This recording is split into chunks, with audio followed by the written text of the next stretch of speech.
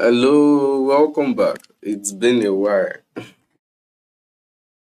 It's been a while. The last time we did loops. Today we'll be looking at functions. Functions. Okay. So we're going to start with the function, declaration, and expression. What's function all about? Okay, so I'm going to show you what function is all about, how useful function is, and why you need to make use of function whenever it's necessary. You remember that there's some codes that we repeat a lot. Okay, maybe there's a particular logic you repeated in two, three, four, five places. So instead of you repeating those logics in different places, you can actually put them inside a function, then you call the function multiple times. All right. So if this is not clear, while I'm coding, I'm going to re-explain that. So first of all, let's look at this function declaration and expression. Okay, so this first one here, it's a function declaration, while this is what function expression. They will give you the same result. All right, they will give you the same result. But let's go into our VS Code. Get something done here.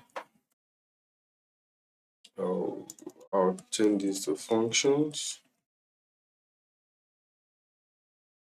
Let me link the two files together. I'll call this source script.js. So in the script.js, today we say we are working functions. So function declaration.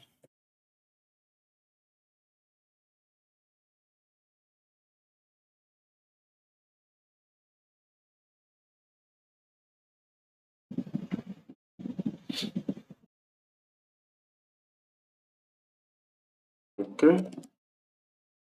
So look at this function. If you are going to make use of function, the first thing you do is you declare the function. So this was a function. You are going to type it out, function. Then the next thing is the name of the function. Okay. So what name did they give? They called it quiz app. Let's call as something else, right? Um,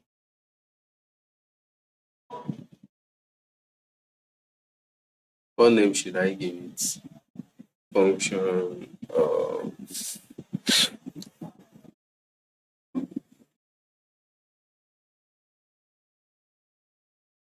Okay. I don't know what's happening. Okay. So we're going to call the function. Let's say my name. Okay. So that's what I'm going to call the function. Say my name. This naming convention, I taught you naming convention in variables. If you have forgotten, you can go and watch the variable tutorial where I told you how to name your variables. So if you are going to name the variable, if you are going to name your function also, I would advise you to follow uh, what is in the what I did in that video on how to name variables. So it's still the same thing. So same way you name variables, that's how you name functions also. Okay, so I don't want us to waste time explaining function names. So this is how you create your function. The keyword here is the function. Then the name of the function is anything you put here. Okay, anything you put here is the name of this function. Then in parentheses, okay, I don't want to include this yet. I don't want to include that.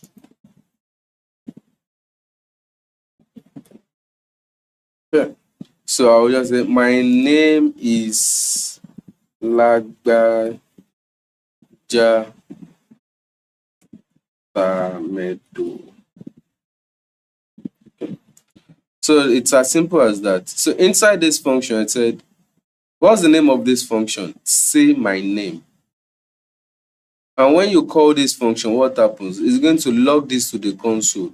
My name is Lagbaja Tamedo. So if you check this, you're not going to see anything yet. Let's refresh. You can see there's nothing there. Why? The only reason why this is not shown is because you did not call the function.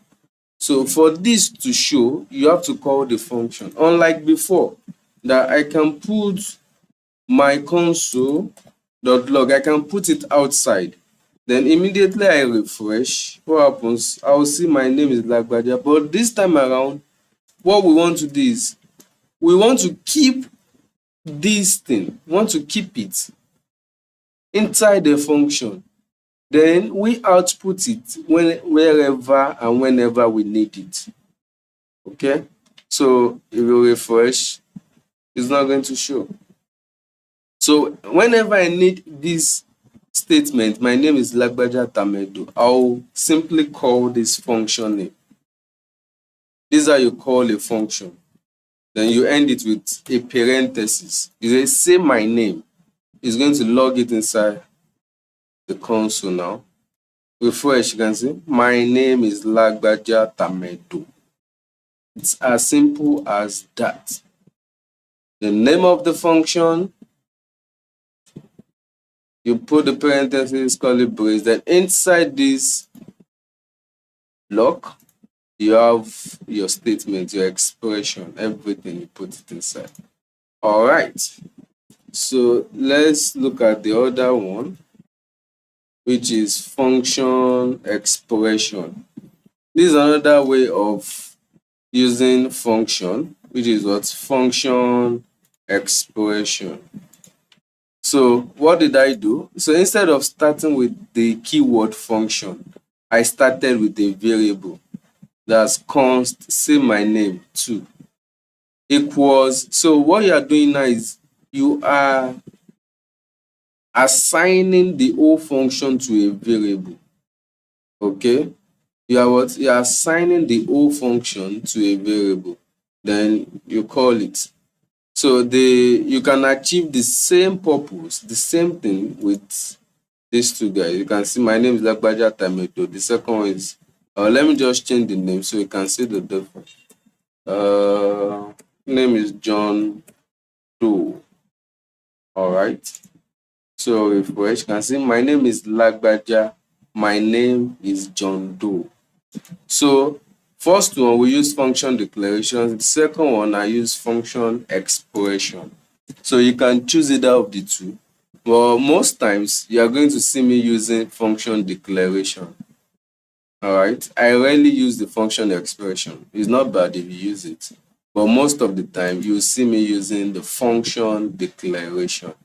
So this is just for you to know that there is something like this in case you see it somewhere else or you want to mix it up with. All right. So let's move to the next one. Okay, invoking a function, we've done that. So when I say you are calling this function, it's same thing as you saying what? You are invoking a function. Invoking this function, okay? So usually in the timeline, most times they say, oh, I want to invoke the function. Okay, that means you are trying to call the function. Once you call the function, everything inside the function will be executed. Then we have return value. I'm going to explain this return value to you. Let's create another function. I'll call the function sum.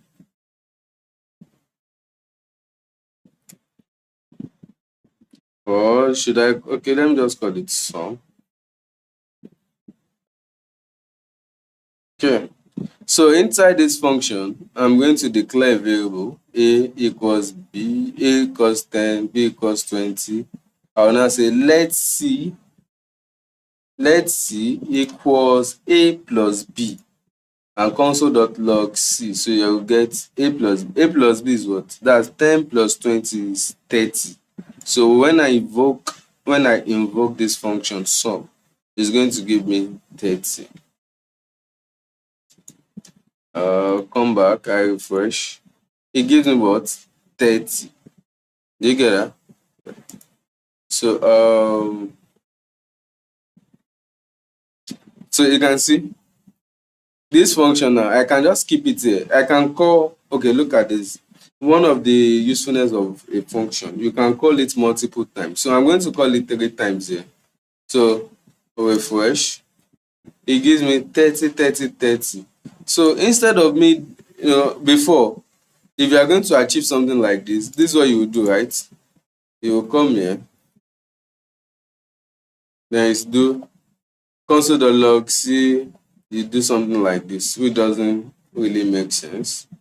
Okay, so if you want to call it multiple times, you can just call it, then you get the 30, 30, 30. But that's not what we are trying to do here. I'm trying to explain the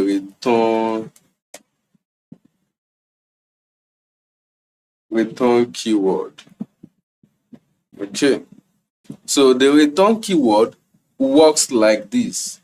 Anytime you call this sum, it displays immediately. You can say refresh. You call it 30. You call it my name is Lagbaja Tamedo. My name is John Doe.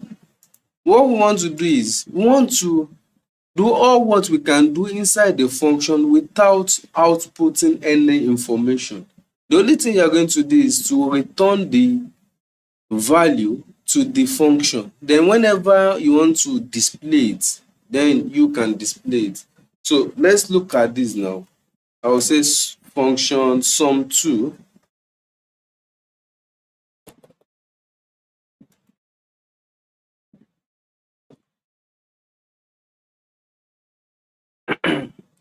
So look at this now. What's the difference?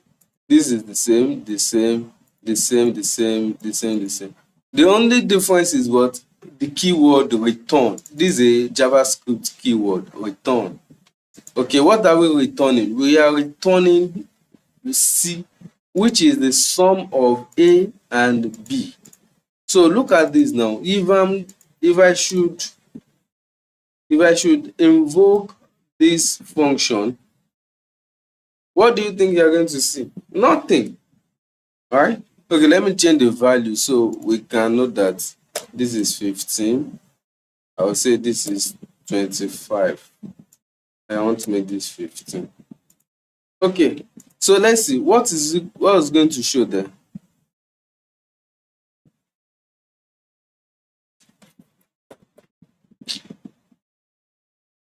What's going to show?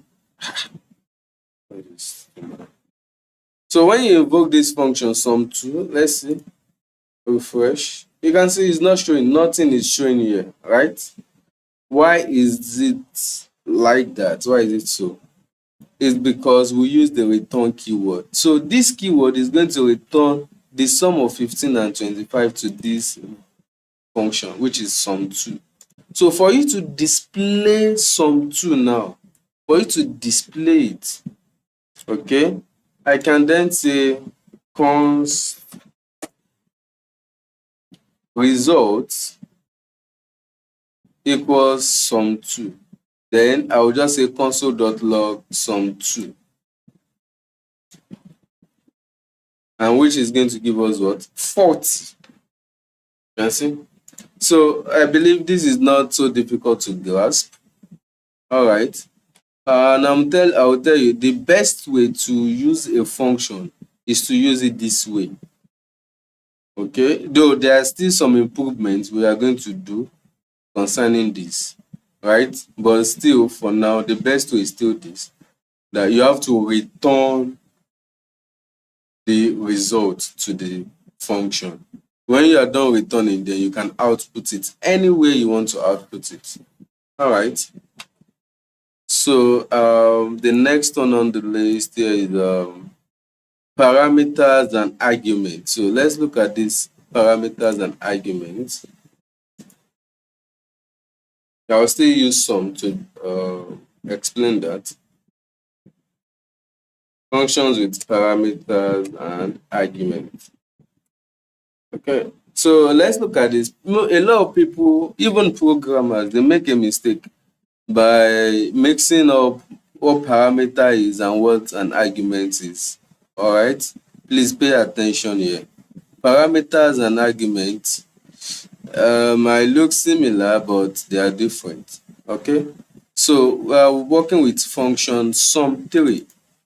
The name of the function is sum3. Look at these two entities in this parenthesis. What are they? We have a comma b.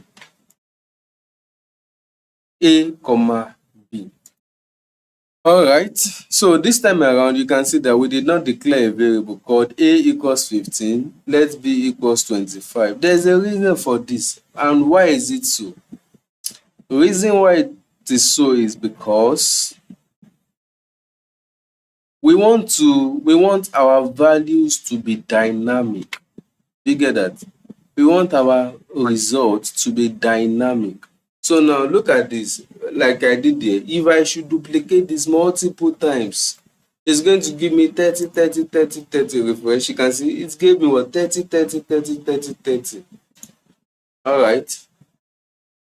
So, but what if we want to supply different values to this function so that the results can always change? You get what I'm saying? All right. So that is why we introduced these two guys. And what do we call these guys? We call them parameters. So this A and B can be any other parameter. It's not compulsory it has to be A. It's not compulsory it has to be B. And we can have one parameter. We can have two parameters. We can have we can have a million parameters. Okay, we can have a whole lot of parameters in a function. It's not limited to two, but just because of what I want to do, that is why I'm limiting the parameters to A and B. And it's not compulsory. You can have your parameters like this also. Name, I can call it name, I can call it age. You can see. So it's not compulsory it has to be A, B, C, D, or so it depends on what you are working on. But because we are working on sum, that is why I'm using A and B. It could be X or Y. So it's not compulsory, it has to be A and B. So let's look at this. So parameter, what does parameter? If you have done, for those of you that have done mathematics, that love mathematics, you remember what we call placeholders. Okay, so A and B are placeholders. They are waiting for values to be supplied to them. Right now, there is no value. So it's just like your formula in mathematics or physics or chemistry. You have your formula. Let's say, do I still remember some formula? Okay, the famous one from Albert Einstein, E equals mc squared. The M is what? The E, which is energy, is the result, right? After doing your mc squared. While the M, the mass, is what? Is a parameter.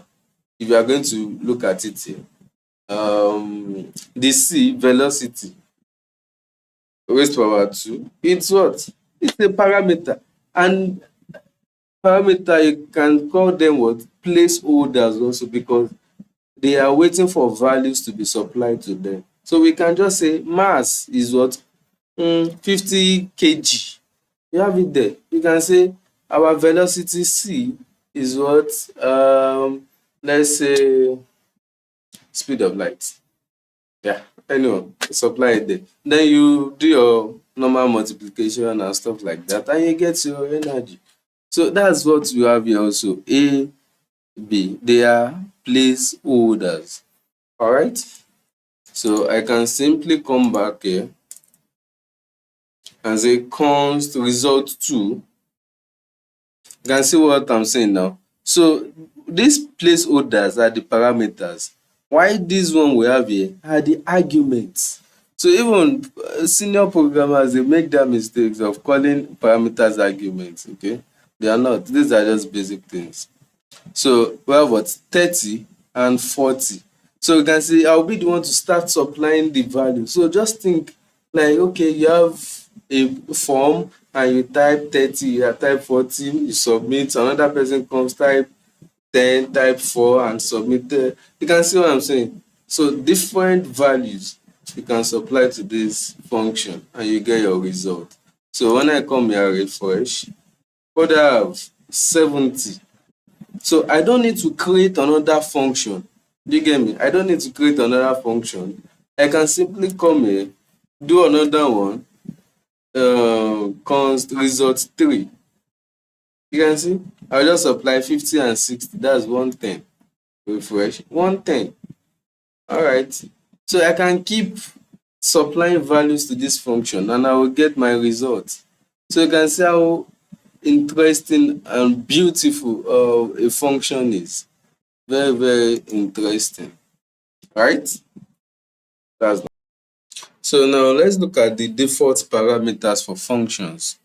Um, these are values that will be used by the function if no arguments are provided. So that's if you do not, if you are not going to provide an argument, you remember what an argument is. So we can make use of a default parameter. We can take a look at what we've been doing here. So let's say sum 3.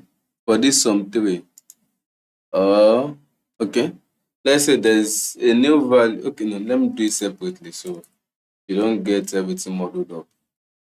Function with default parameters. Okay, so I can say the default value for A is 0, then the default value for B is also 0.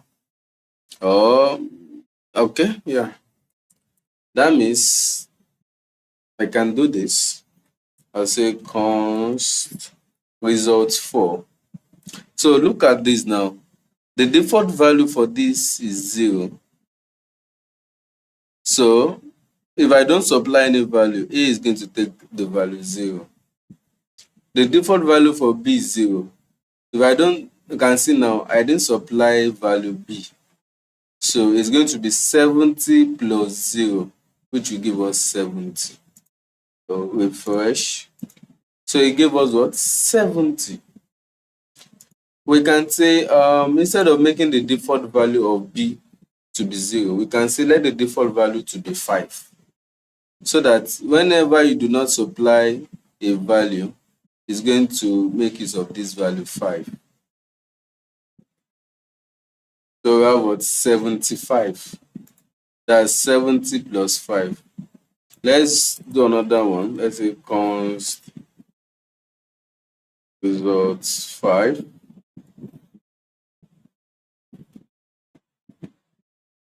I'm calling the sum again. So this time around, I will supply the two values. So instead of just 70, I can just say 40, 15. That should give us what? 55. So this time around, the argument you have here is going to override the default parameter you have here. So it's going to be 40 plus 15. That's 55. Also, take note that if you are going to give default value to parameters, you have to make sure that the default value is always part of the last parameters. Okay, now let's say the only default parameter I want is just B. So we can have this. A is not a default value, it is compulsory. B is a default value, which is B equals 5. Take note, you cannot do something like this. You cannot say, oh, default value to be 5, A is 5, then you now come here. Then you say B is not, no. if you are going to make use of a default value, make sure that the default value is always at the end. Okay, the compulsory ones should come first. So now A is compulsory, it has no default value, you put it there. B has a default value, you have to put it by the right side. Okay, all right, so you can't do this. Let's say I want to add another default value and I say this is B equals 5, then I come here, I say D, then I say D. No, this is not right. All right, so if you are going to include a new parameter, make sure that you are not adding a compulsory parameter after a default value. Okay, so if you want to add something like this, it must be before the saying D, it must be before the default value. So it will be something like this, ADB. All right, so please take note of this. Okay, I'll leave it like this. So that's default parameters for you. Just play around with it. It's quite simple. Then the next thing is we're going to look at arrow functions. Arrow function came in with ECMAScript 6. Am I right? Yes. ECMAScript 5 or 6. Okay, arrow functions. Arrow functions can be identified by the arrow symbol, equal to sign and greater than sign. That's the arrow symbol. That gives them their name. The parameters come before the arrow, and the main body of the function comes after. Arrow functions are always anonymous, so if you want to refer to them, you must assign them to a variable. For example, getting a square of a number. Okay, so we can simply look at arrow functions. They come with in different ways. You also see me using arrow functions, and for those of you working with React, Node, a lot of them, they like using arrow functions.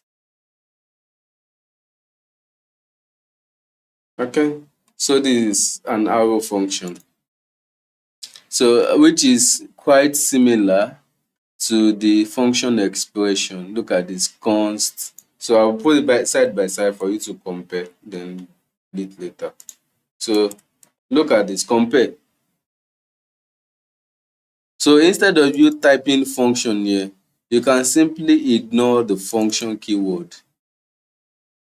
So it becomes what? An arrow function. So once I remove this keyword function, then you put the arrow symbol here. All right, it becomes what? An arrow function. All right. Okay. So you can just compare them together and see. So this is also give us our result. They say my name is Jane Doe. So I'll refresh this and say my name is Jane Doe. Quite simple, right? That's arrow function for it. This same arrow function, I can write it, I can make it smaller also. Look at what I'm going to do with this arrow function. I can still say, which will still work. Take note that the same. I can still say my name. So instead of using this parenthesis, I can simply do this. Yeah, it works also. Okay, so this is when you are not having multiple expressions inside the curly brace. Okay, so because it's just a line, a single line, that is why we can do it like this. But if we are going to do something like this, let's C equals A plus B, you can't do something like this. It has to be inside the parenthesis. So let's check it. Will it work? Yes, it will. You can see my name is Jane Doe. You can see how it works. So this is also an arrow function, right? Okay, that's interesting. So we can still put parameters inside this also. So let's combine arrow function and variable and parameter. So now say my name. So instead of me typing Jane Doe here, this is what I'm going to do. I'm going to have a parameter called name. Then I'll say my name is this what a parameter. What am I doing? I'm passing an argument to it, which is what Jane Doe. And I'm still going to get the same result. My name is Jane Doe. Quite simple, right? Yeah.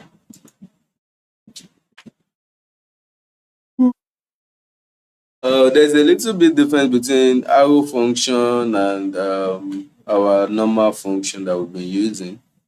When we get to form or document object notation, when you want to make use of an event listener like a click, so it doesn't bind to this function, to this arrow function. So events do not bind to this function, but we'll see that later. So let's see arrow function. What else do you need there?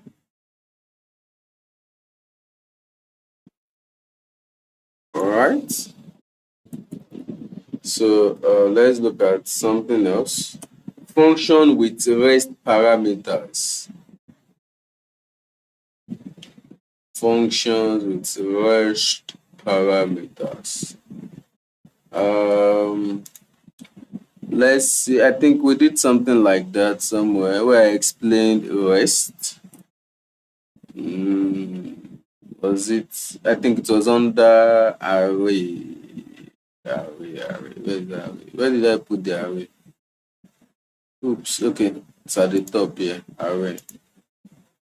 We did something like that here. Rest. Spread operator rather. Okay, so remember when we did this spread operator? So we're going to do something similar to it. All right. So when you see parameters like this, take note, these dots are not just dots, okay? They are 3 dots. If it's more than 3 or less than 3, it becomes something else. So that's an error for you, okay? So for you to make use of what we call rest parameters, you have to use what 3 dots. And the variable here, the parameter here can be anything. It's not compulsory, it has to be numbers. It can be any name. But these numbers has to be an array. All right. Remember the spread operator here. There's something similar. You can see this person. Where did we put the person? Where is the person? Okay, we are doing the structuring. So that's why. Okay, the structuring with spread. Okay, so this person, you can see it's an array. We assign 30 Kwara and Nigeria to it. Something like that. Spread out to convert string to array. All right. So we have something like that here too. So these numbers, it is a parameter, an array parameter. Let me put it like that. So inside this function, we call this what sum5. The let total equals 0. Then we say for let number of number. Okay, I've not taught you this type of for loop, but okay, so it's an opportunity for you to learn this. All right. Then let number of numbers. So numbers.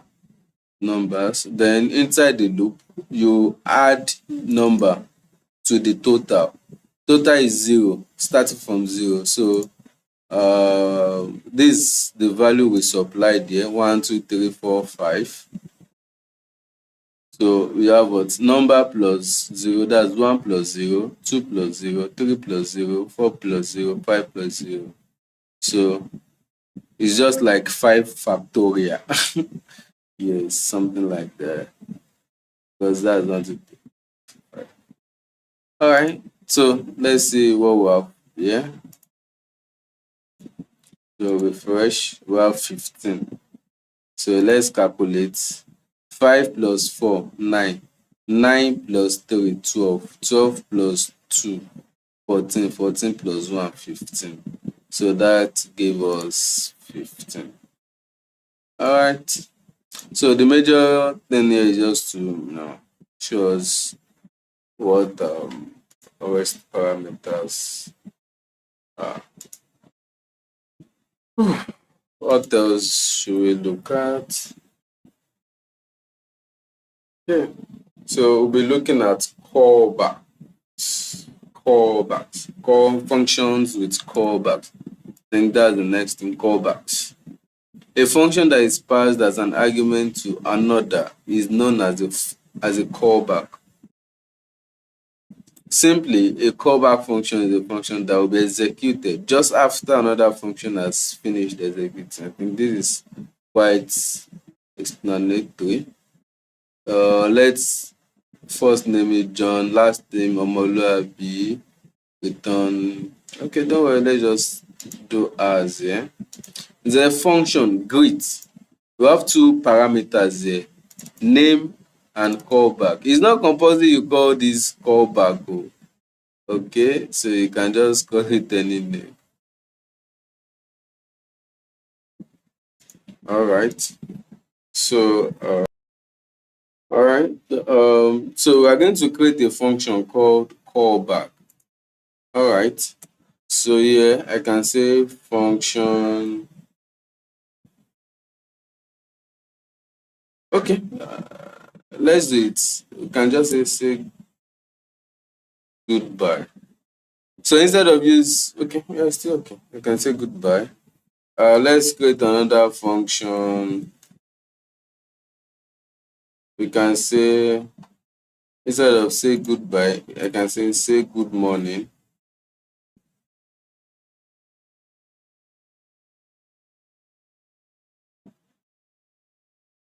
All right. So here now, I'm going to call this function greet. So when I call function greet, I can say Tamedo, say goodbye. Here I can say John Doe, say good morning. All right, so you can see I'm passing a function inside the function, which is going to get called there. So after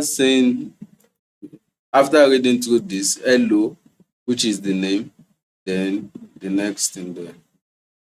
So let's refresh. So we have hello, John Doe, good morning. Hello, Tamedo, goodbye. So callback function. That's how it works. All right, so that's that. So there's still a lot of things we can do with the function. Okay, I think I'm thinking of doing something with the function, but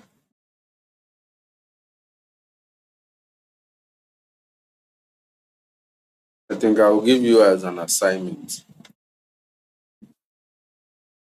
So let's move on to classes.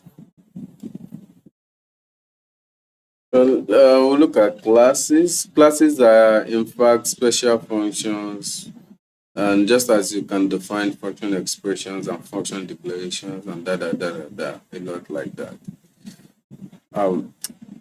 Let's look into our VS Code. Let's work with this. I'm going to create a folder. I'll call it classes or class. Let me just call it class. So in the class, I'll have index.html. Then also, I'm going to have scripts.js. So inside index.html, I have classes.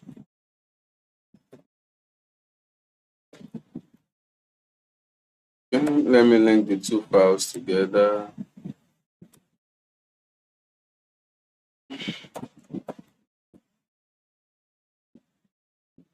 Then inside the script, I'm going to have my.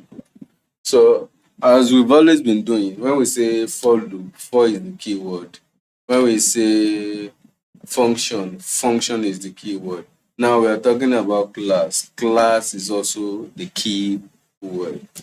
So we have class. So how do we declare our class? Right?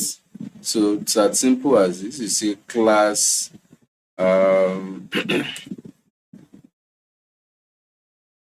it's as simple as this. So the keyword here is class. The name of the class, we call it what? Person. Look at this, take note. I started the name of the class as a capital letter, unlike the functions, unlike variables. Take note of this. This starts with A, this starts with an uppercase P, person. So we are creating a class person, right? What are we doing? We are creating a class person. All right. So inside this class, we can have functions, and so we don't call them functions, we call them methods and properties. All right. So we have what? Methods and properties. Inside the class, we also have what we call constructor. We also have what we call what? Constructor. Let's look at what we have here. Look at the constructor. The constructor method is a special method. You can take note, we are not calling it a function. Anything that looks like a function in a class is called a method. So this constructor is a method. And this is a JavaScript keyword, constructor. All right, so let's look at what it says. It's a special method for creating and initializing an object created with a class. Okay, so we are going to use it to initialize. There can only be one special method with the name constructor. So what it's saying is that we cannot have multiple constructors. We can only have what? Just one constructor. So yeah, then this is our own methods, right? This is what this particular one is a JavaScript keyword. Why everything below here is what we create. So we are the one that created the method create. So this is the method. So inside this method, what is this saying? It's a console.log. I don't want to, since I've taught you return key, the return key, I won't be using console.log inside functions or methods any longer. We'll be using the return value. All right. So I can just say let's greeting. So I'll take this out. I'll just say return greeting. All right. So you can say let greeting equals hello, my name is this dot name and I am this dot 8 years old. So how am I going to explain this? So take note, this dot name is what calling this particular this dot name, and this dot age is calling this particular this dot age. And what happens? You are passing name. You are assigning name to this dot name. You're also assigning age to this dot name. So where are we going to get the real value or the arguments for name and age? How are we going to get that? Okay. So this after you set up your class. Outside the class, you can now call it. If you want to call a class, don't call it at the top. You call it after, that's below it. So yeah, you can now say person one. It could be any other name. You can see it's a variable, so you can use any name. So I'm just saying person one equals new person. So if you are going to call a class, if whenever you want to call a class, you use the keyword new. So const person1 equals new person. So I have John Doe. Name, I'm calling using John Doe. Age, I'm using 30. Now I want to output it as a console.log person1.greet. So what it's doing is that it's going to call this person, then the method greet. As a person1.greet. What are we going to get? John Doe. Hello, my name is John Doe and I am 30 years old. Alright, so refresh. Okay, we've created a new file.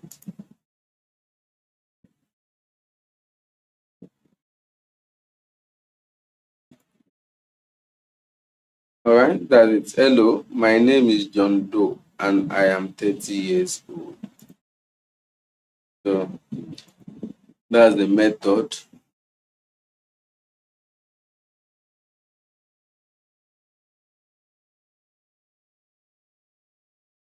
Alright, so let's move on. Let's look at, okay, we can have multiple methods. So let me even add one more method.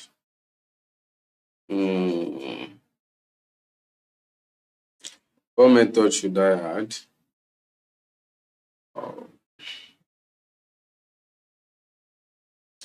Okay, that one is good.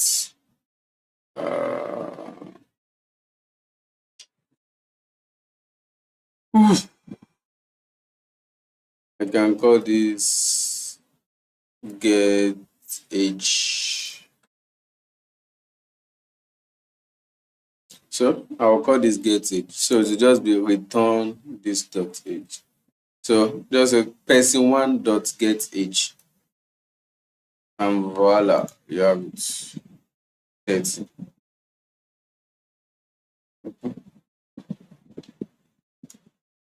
So let's look at something else.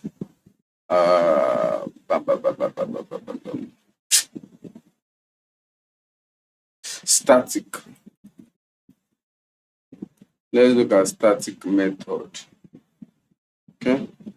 So this is another class.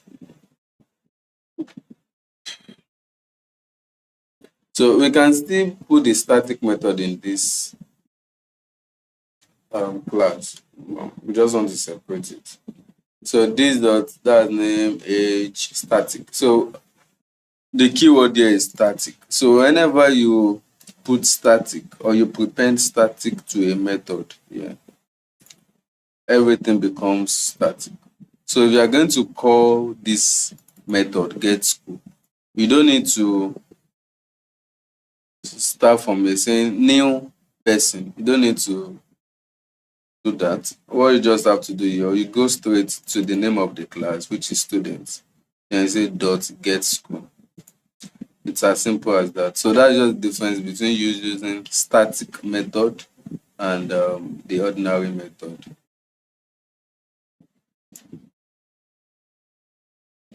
You refresh ABC high school. So inheritance, let's look at this last one. Inheritance.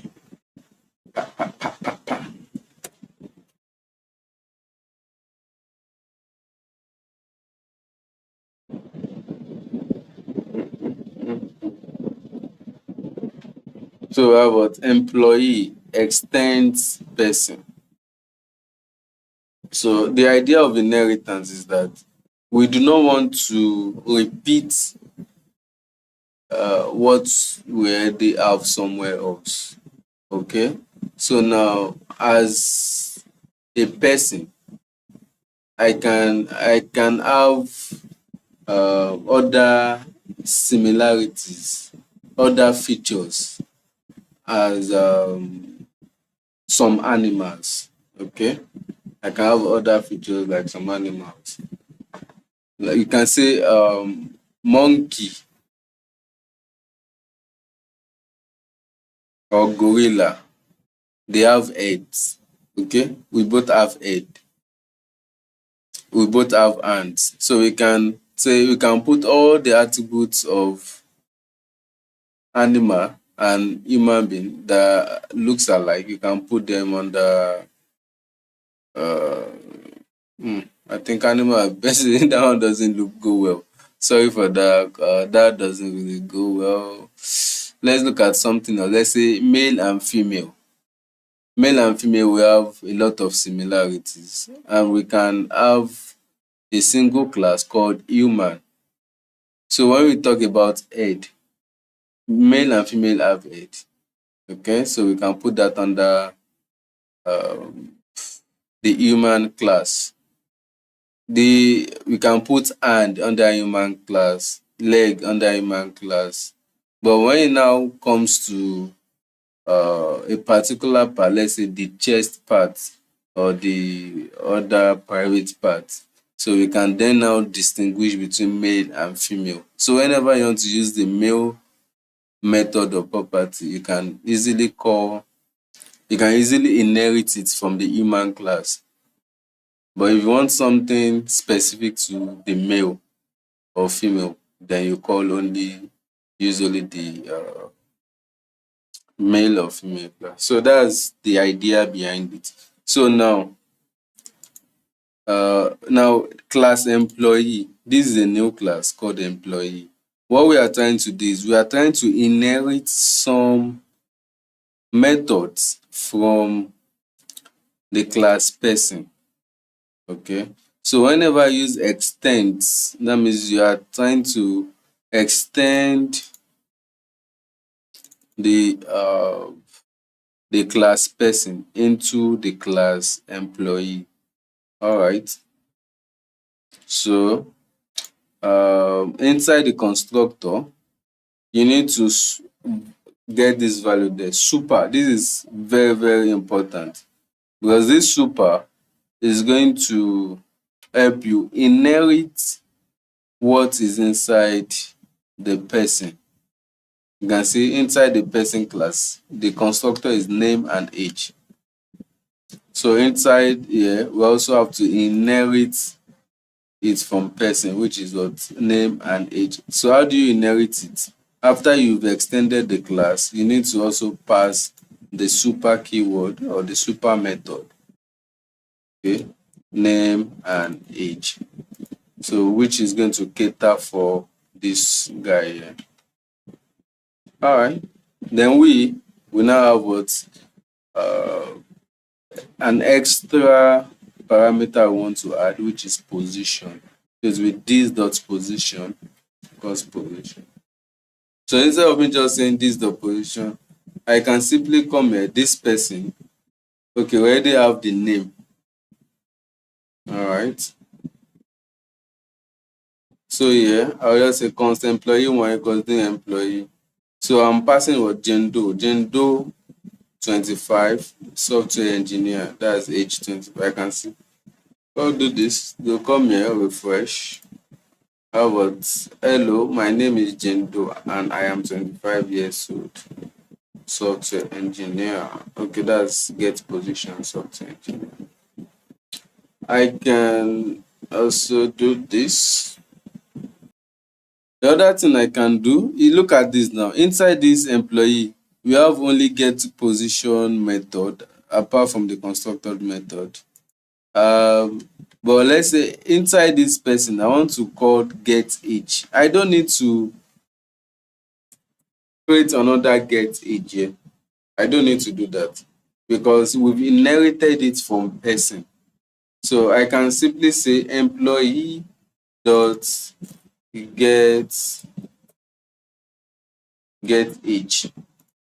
All right, because we've inherited it, so employee can have access to the class person and then get access to get age method. So refresh, we have what 25. So that's it. Quite simple. Okay, so that's all for functions and classes. I will give an assignment. I will send the assignment.